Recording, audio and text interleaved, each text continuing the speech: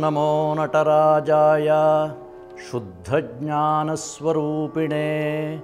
ಭಕ್ತಾನಾಂ ಹೃದಯೇ ನಿತ್ಯಂ ದಿವ್ಯಂ ನೃತ್ಯಂ ಪ್ರಕುರ್ವತೆ. ಪ್ರಿಯ ವೀಕ್ಷಕರೇ ನಮಸ್ಕಾರ.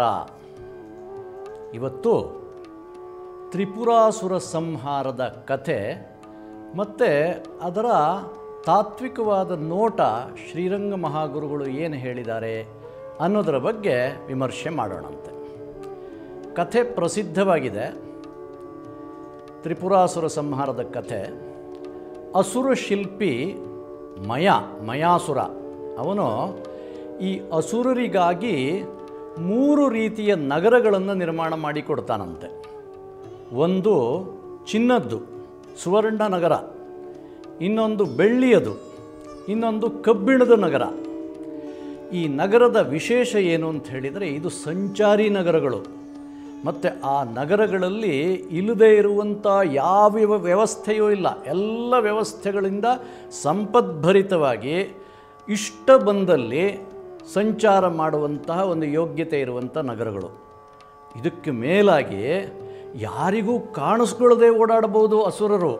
ಆ ರೀತಿಯ ಒಂದು ವ್ಯವಸ್ಥೆನೂ ಕೂಡ ಅದರಲ್ಲಿರುತ್ತೆ.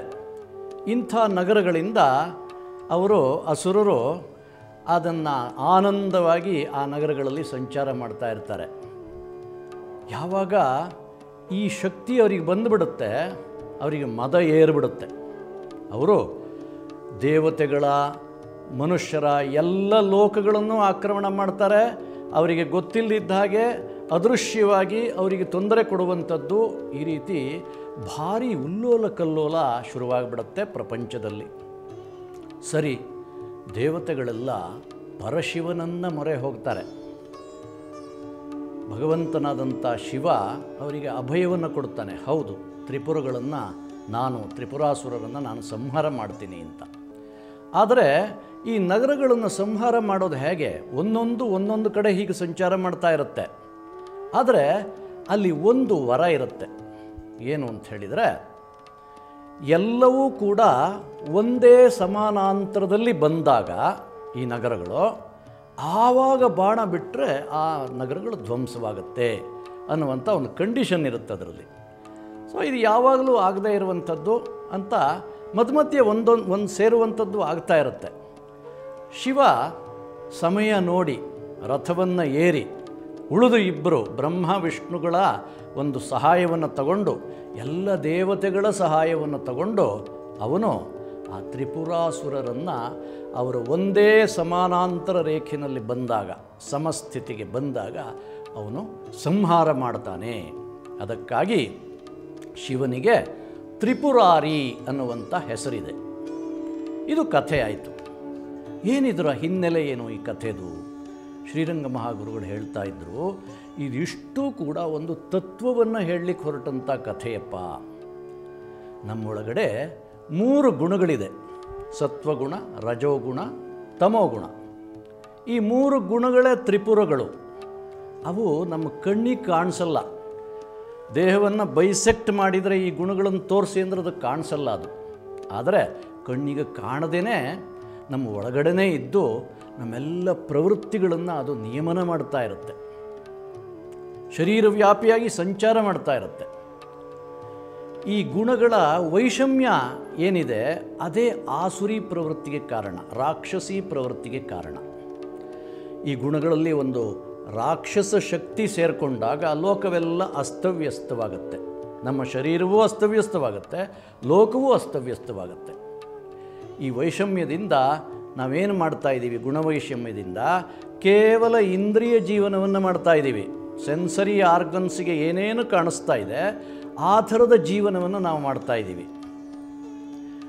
ಈ ಗುಣಗಳು ಯಾವುದು ಎಷ್ಟಿರಬೇಕೋ ಅಷ್ಟಿದ್ದಾಗ, ಅಂದರೆ ಭಗವಂತನ ಆಶಯದಂತೆ ಆ ಗುಣಗಳ ಪ್ರಮಾಣ ಇದ್ದಾಗ ಅದೇ ಸಮಸ್ಥಿತಿ. ಆ ಸಮಸ್ಥಿತಿ ಬಂದಾಗ ಆ ಸಮಸ್ಥಿತಿಯಲ್ಲಿ ಸಮಾಧಿಯನ್ನು ಅನುಭವಿಸ್ಬೋದು, ಒಂದು ಸಮಾಧಾನವನ್ನು ಅನುಭವಿಸ್ಬೋದು ಅನ್ನುವಂಥ ವಿಷಯವನ್ನು ಹೇಳ್ತಾ ಇದೆ ಈ ಕಥೆ. ಅಸುರ ಧ್ವಂಸವಾಯಿತು ಅಂದರೆ ಏನರ್ಥ?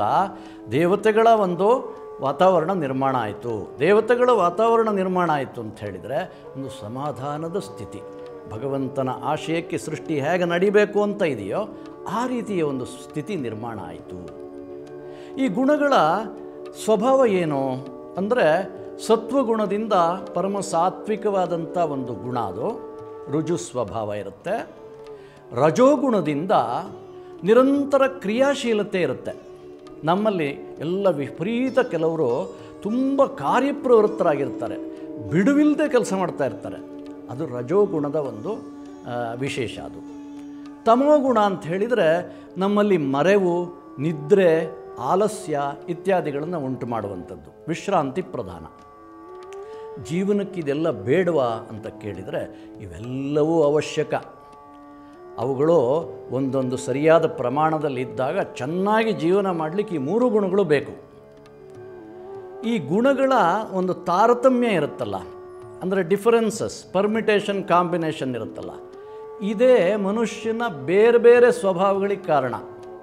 ನಾವೆಲ್ಲ ಮನುಷ್ಯರಾಗಿ ಕಾಣಿಸ್ಕೊಳ್ತಾ ಇದ್ರೂ ಕೂಡ, ಎಲ್ಲರಿಗೂ ಕಣ್ಣು, ಮೂಗು, ಕೈ ಕಾಲುಗಳೆಲ್ಲ ಇದ್ರೂ ಕೂಡ ಒಬ್ಬೊಬ್ಬರು ಸ್ವಭಾವ ಒಂದೊಂದು ಥರ ಇರಲಿಕ್ಕೆ ಕಾರಣ ಈ ಗುಣಗಳ ಏರಿಳಿತಗಳು ಒಬ್ಬೊಬ್ಬರಿಗೆ ಒಂದೊಂದು ಪ್ರಮಾಣದಲ್ಲಿರುತ್ತೆ.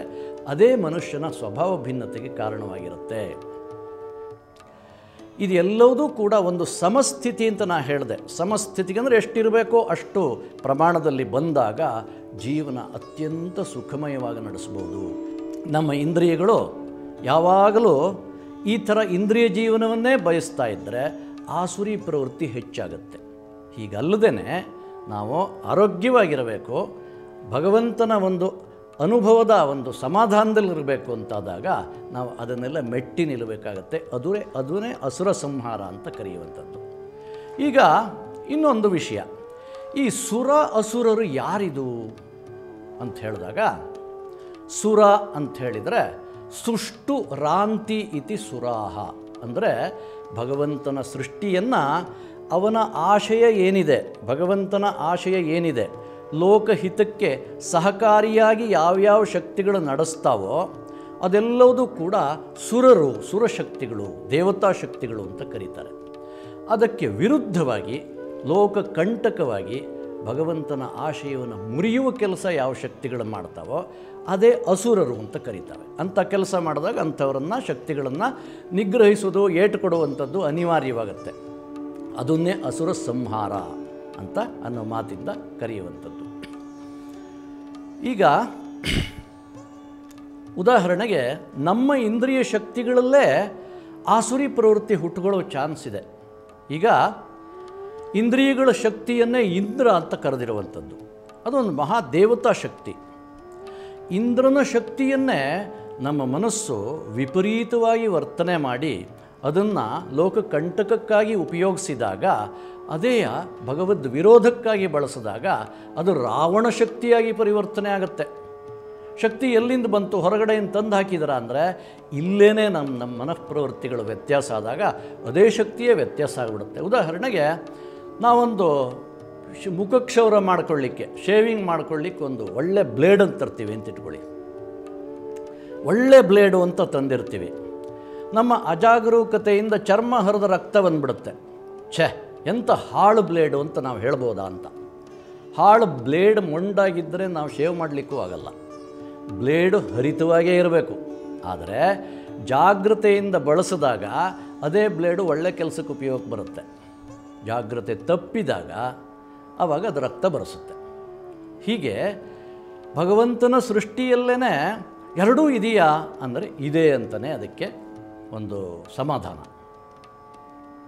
ಈಗ ಒಂದು ಕುದುರೆ ಶಕ್ತಿ ಇದೆ.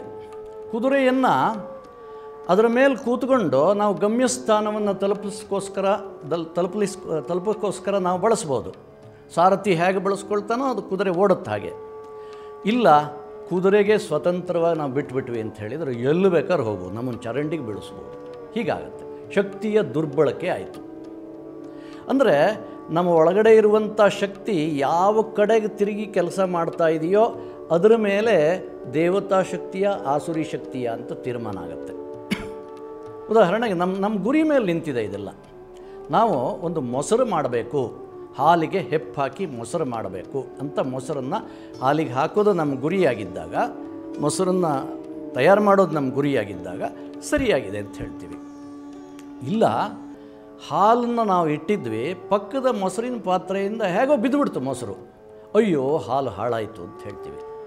ಅಂದರೆ ಏನೋ ನಮ್ಮ ಉದ್ದೇಶದ ಮೇಲೆ ನಿಂತಿದೆ. ನಮಗೆ ಮೊಸರು ಆಗಬೇಕು ಅಂತಿದ್ದಾಗ ನಾವು ಹಾಕಿದರೆ ಅದು ಸರಿ. ಮೊಸರು ಆಗಬೇಡಾಗಿತ್ತು, ನಾವು ಹಾಲು ಬೇಕಾಗಿತ್ತು, ನಾವು ಟೀ ಮಾಡಲಿಕ್ಕೆ ಹಾಲು ಬೇಕಾಗಿತ್ತು ಇಟ್ಕೊಂಡಿದ್ವಿ ಅಂತ ಹೇಳಿದರೆ ಆವಾಗ ಮೊಸರು ಬೀಳುವಂಥದ್ದು ತಪ್ಪು. ಈ ಸರಿ ತಪ್ಪುಗಳ ನಿರ್ಣಯ ಈ ರೀತಿ ನಾವು ನಿಶ್ಚಯ ಮಾಡಬೇಕು. ಹಾಗೆಯೇ ಉಪಯೋಗಿಸ್ತಾ ಇರೋದು, ನಾನು ಉದಾಹರಣೆಯಲ್ಲಿ ಹೇಳಿದೆ, ಕುದುರೆ ಶಕ್ತಿಯನ್ನೇ ಉಪಯೋಗಿಸ್ತಾ ಇದ್ದಾನೆ ಅವನು, ಆದರೆ ಇವನ ಗುರಿಗೆ ತಕ್ಕಾಗ ಅದನ್ನು ಬಳಸ್ಕೊಳ್ತಾ ಇದ್ದಾನೆ. ರಾವಣನೂ ಕೂಡ ಇಂದ್ರನ ಶಕ್ತಿಯನ್ನೇ ಉಪಯೋಗಿಸ್ಕೊಂಡ, ಅವನು ಮಹಾಶಕ್ತಿವಂತನಾದ. ಅವನಿಗೆ ಹೇಳ್ತಾರೆ 10 ತಲೆಗಳು ಅಂತ ಹೇಳಿದರೆ 10 ಇಂದ್ರಿಯಗಳು. 10 ಇಂದ್ರಿಯಗಳನ್ನು ಇಟ್ಕೊಂಡಂಥವನು ಯಾರು ಅಂತ ಹೇಳಿದರೆ ಮನಸ್ಸಿನ ಒಂದು ರೂಪನಾದಂಥ ರಾವಣನೇ 10 ತಲೆಗಳನ್ನು ಇಟ್ಕೊಂಡಿದ್ದಾನೆ. ಇಂದ್ರಿಯಗಳು ಅಂದರೆ ನಮ್ಮ ಸೆನ್ಸರಿ ಆರ್ಗನ್ಸು. ಆ ಇಂದ್ರಿಯಗಳಿಗೆಲ್ಲ ರಾಜ ಯಾರು? ಮನಸ್ಸು. ಆ ಮನಸ್ಸು ಯಾರು ಅಂತ ಹೇಳಿದರೆ ರಾವಣ. ರಾವಣೋ ಲೋಕರಾವಣ ಅಂತ, ಇಡೀ ಸಮಾಜಕ್ಕೆ, ಲೋಕಕ್ಕೆ ಕಂಟಕವಾಗುವಂಥ ಒಂದು ಶಕ್ತಿಯಾಗಿಯೂ ಕೂಡ ಆ ಇಂದ್ರಿಯಗಳನ್ನೆಲ್ಲ ಬಳಸ್ಬೋದು. ಹಾಗೆ ಬಳಸಿದ ರಾವಣ. ರಜನೀಚರ ಅಂತ ಹೇಳ್ತಾರೆ ಮನಸ್ಸನ್ನು. ಅಂದರೆ ಮನಸ್ಸು ಎಲ್ಲಿ ಸಂಚಾರ ಮಾಡುತ್ತೆ ಯಾರಿಗೂ ಗೊತ್ತಾಗಲ್ಲ. ಈಗ ನಾನು ಏನು ಯೋಚನೆ ಮಾಡ್ತಿದ್ದೀನಿ ಅನ್ನೋದು ನಿಮಗೆ ಗೊತ್ತಾಗಲ್ಲ. ಹಾಗೆಯೇ ರಾವಣನ ಮನಸ್ಸನ್ನು ರಜನೀಚರ ಅಂತ ಕರೆದಿದ್ದಾರೆ. ಅಂದರೆ ಹೇಗೋ ಯೋಚನೆ ಮಾಡಿ ಎಂತೆಂಥ ಲೋಕಕಂಟಕಗಳನ್ನು ಮಾಡ್ಬೋದು, ಅದೆಲ್ಲ ಮಾಡ್ಬೋದಾಗಿದೆ ಅದು. ಇನ್ನೊಂದು ಕಡೆ ಮನಸ್ಸನ್ನು ನಾರದ ಅಂತಲೂ ಕರೆದಿದ್ದಾರೆ. ತ್ರಿಲೋಕ ಸಂಚಾರಿ, ಅತ್ಯಂತ ಪವಿತ್ರವಾದಂಥ ಒಂದು ಸ್ವಭಾವವನ್ನು ಇಟ್ಟುಕೊಂಡಂಥ ನಾರದರಿಗೂ ಮನಸ್ಸು ಅಂತ ಕರೀತಾರೆ. ಹಾಗಾದರೆ ಮನಸ್ಸು ರಾವಣನೋ ನಾರದನೋ ಅಂತ ಪ್ರಶ್ನೆ ಬೀಳುತ್ತೆ. ಅಂದರೆ ಯಾವಾಗ ಭಗವಂತನ ಆಶಯಕ್ಕನುಗುಣವಾಗಿ ನಾವು ಮನಸ್ಸನ್ನು ಇಟ್ಕೊಳ್ತೀವೋ ಆವಾಗ ಮನಸ್ಸು ನಾರದನೇ. ಭಗವಂತನ ವಿರುದ್ಧವಾದಂಥ, ಭಗವಂತನ ಒಂದು ಆಶಯವನ್ನು ಮುರಿಯುವಂಥ ಕೆಲಸಕ್ಕೋಸ್ಕರ ಅದನ್ನು ನಾವು ಇಟ್ಕೊಳ್ತೀವೋ ಆವಾಗ ರಾವಣ ಆಗಿಬಿಡುತ್ತದೆ. ಹೀಗೆ ನಾವು ಯೋಚನೆ ಮಾಡಬೇಕು. ನಮ್ಮ ಎಲ್ಲ ಭಾರತೀಯ ಪರಂಪರೆಯಲ್ಲಿ ಬಂದಂಥ ಎಲ್ಲ ತಪಸ್ಯಗಳು ಕೂಡ, ಎಲ್ಲವುದೂ ಕೂಡ ಈ ತ್ರಿಗುಣಗಳ ಸಾಮ್ಯ ನಮ್ಮಲ್ಲಿ ತರಬೇಕು. ನಮ್ಮಲ್ಲಿ ತ್ರಿಗುಣಗಳು ಚೆನ್ನಾಗಿ ಕೆಲಸ ಮಾಡೋ ಹಾಗಾಗಬೇಕು, ಸಮಸ್ಥಿತಿಯಲ್ಲಿದ್ದು ಕೆಲಸ ಮಾಡೋ ಹಾಗಾಗಬೇಕು ಅನ್ನೋದಕ್ಕೋಸ್ಕರ ಬಂದಿದೆ. ತ್ರಿಗುಣಗಳ ಸಾಮ್ಯ ಇದ್ದಾಗ ನಾನು ಪ್ರಾರಂಭದಲ್ಲೇ ಹೇಳಿದ ಹಾಗೆ ಸಮಾಧಿ ಸ್ಥಿತಿ, ಸಮಾಧಾನದ ಸ್ಥಿತಿ ನಮಗೆಲ್ಲ ಬರುತ್ತೆ. ಅಂತಹ ತ್ರಿಗುಣಗಳ ಸಾಮ್ಯ ನಮ್ಮಲ್ಲೆಲ್ಲ ಬರೋ ಹಾಗಾಗಲಿ ಅಂತ ಭಗವಂತನನ್ನು ಪ್ರಾರ್ಥನೆ ಮಾಡ್ತಾ, ತ್ರಿಮೂರ್ತಿಗಳನ್ನು ಪ್ರಾರ್ಥನೆ ಮಾಡ್ತಾ, ಯಾಕಂದರೆ ತ್ರಿಗುಣಗಳ ಯಜಮಾನರವರು, ಅಂತಹ ತ್ರಿಮೂರ್ತಿಗಳನ್ನು ಪ್ರಾರ್ಥನೆ ಮಾಡ್ತಾ ಈ ಮಾತುಗಳನ್ನು ಭಗವದರ್ಪಣ ಮಾಡ್ತಾ ಇದ್ದೀನಿ. ನಮಸ್ಕಾರ.